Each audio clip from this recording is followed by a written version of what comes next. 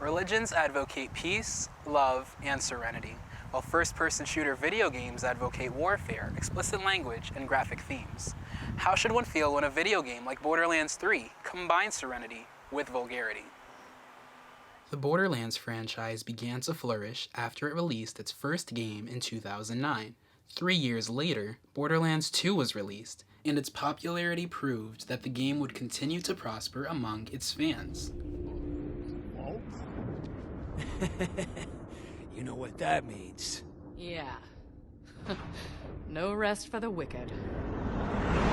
For 7 years, the game's developers left fans replaying Borderlands 1 and 2 as they worked relentlessly on the next major game in the series, Borderlands 3. Fans were thrilled to hear that another game was on the way. However, after seeing the game's cover art, excitement quickly transformed into resentment.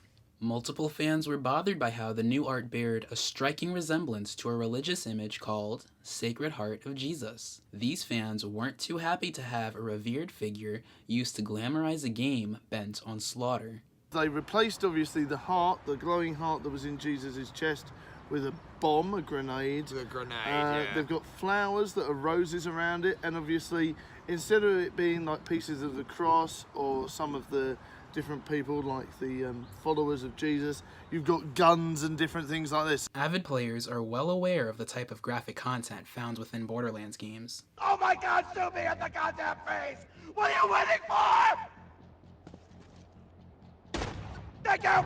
And they took to social media to express their disdain toward having a sacred deity serve as a mascot for blood, gore, and intense violence. I'm not religious, this Twitter user states, but I think this is in very bad taste.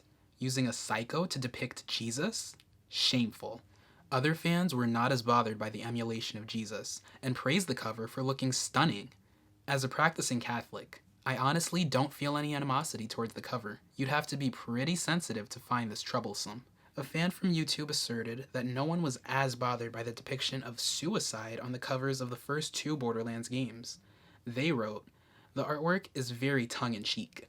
Some believe that the Borderlands 3 cover art is merely a clever tactic used to foreshadow what players will be dealing with in the game. While watching the Borderlands 3 trailer, a popular YouTuber named JC Backfire noticed billboards within the game that read, "Children of the Vault." He also noticed that the game's main antagonists refer to themselves as gods. Don't forget to like, follow, and obey. From just this statement, he concluded, "This is some meta humor on streamers and like influencers on the internet." This isn't the first time that a video game depicted controversial subject matter on its box art. For example, some people felt that Far Cry 4 depicted racism by having a man of color kneel passively in front of a fair-skinned man. The creators of these video games know that controversy is the key to getting audiences talking about their product. They also know that having fans fervently debate about their games is a free and easy way to market their product. But in an era in which first-person shooter games are sometimes reflected in real-life violence,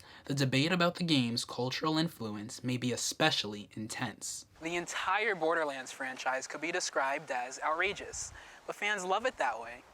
If the game's developers continue to release wild sequels to the series, it'll be interesting to see if the new content progresses the narrative or strikes the nerves of some of its fan base. This is Shawn Blaise reporting for Media Watch.